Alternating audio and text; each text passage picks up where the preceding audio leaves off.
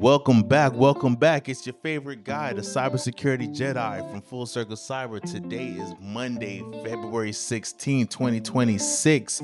We are on the tail end of a deadline that was given out by CISA for a vulnerability on BeyondTrust. That's right. There was a 9.9 out of 10 on the CVSS score on this vulnerability. Now, if you're a CISO, what does this mean to you? I would say that it's an unauthenticated RCE, but you might not know what that is. All right, stop right here. What's up with trouble? It's basically saying that the attacker does not need a password. They do not need an account. They do not need to use it or click on anything to actually get access to the box. So let's take a look at this CVE here. It's CVE 2026-1731 remote code execution vulnerability, which stems from an OS command injection weakness that affects the BeyondTrust. So if you're on version 25.3.1 or earlier, or version 24.3.4 or earlier on privileged remote access, and you have an on-prem version, then you need to patch.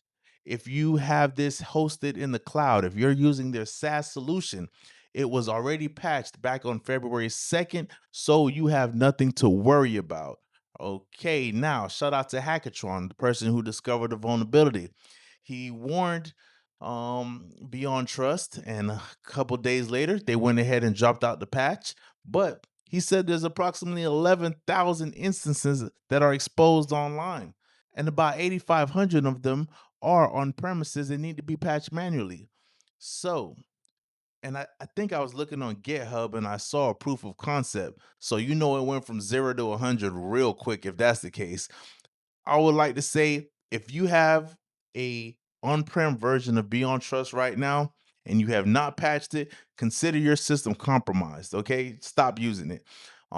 This is a very, very touchy subject, and they're pushing this for federal agency because the Silk Typhoon had a few attacks where they exploited 2 0 days about 2 years ago to breach BeyondTrust system. And they also used a stolen API key to compromise 17 remote SaaS instances, including the Treasury's instance. I think they also hit OFAC and they also hit CFIUS.